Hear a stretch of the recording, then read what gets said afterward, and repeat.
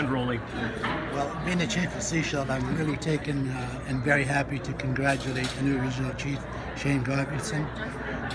He's an ally. He's worked together with us on many levels. We're hoping that Shane's going to hasten the process of what's happening in BC, and we've got all the confidence in the world in Shane. Shane, did you think you would do this? Did you think you could win? I always believed Always. that, when you run an election, you run to win, and very honored and very humbled by the support that I did receive. I traveled over 160 communities. I worked hard, listened to the people, developed a lot of patience, and I really truly know what the needs of the people are on the land. What will change between, say, Jody when she was regional chief and you? What do you think the biggest difference will be?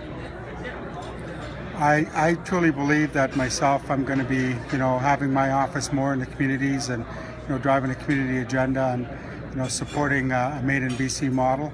But most importantly, I'm going to be continuously working hard to make sure that our people's quality of life improves.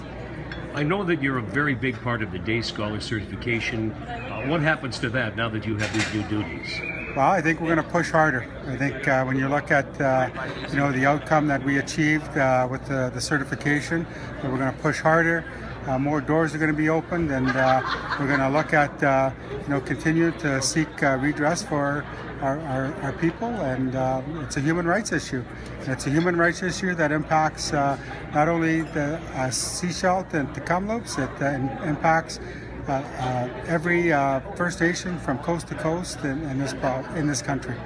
Chief, what would you like this new regional chief to prioritize from your point of view and perspective? I think we got to start talking about developing reconciliation. There are many bans moving forward, but they need for someone to push the government. I just spoke to a young chief from up the coast. She's signing a treaty when she gets back home. She just got here today. But we need people like Shane to get to the province, get to the governments, and hasten the process. So the new Shane, what kind of a man is he going to be sitting across the table from Christy Clark government?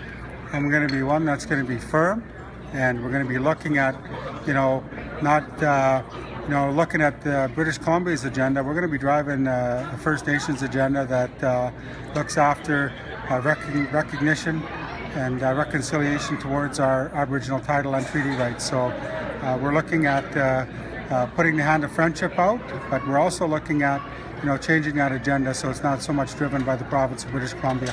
It's a big day for you, Shane. Congratulations. Thanks for having me. And thank you, Chief. Right on.